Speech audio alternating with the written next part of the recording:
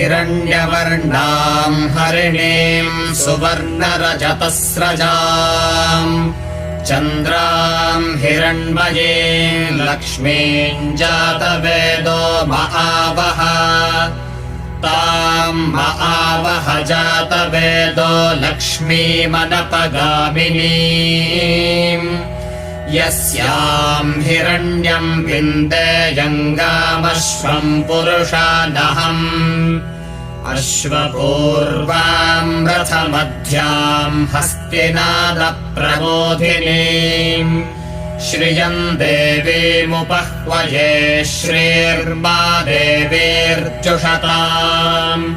कांसोऽस्मिताम् हिरण्यप्राकारामार्द्राम् ज्वलन्तीम् तृप्ताम् तर्पयन्ते।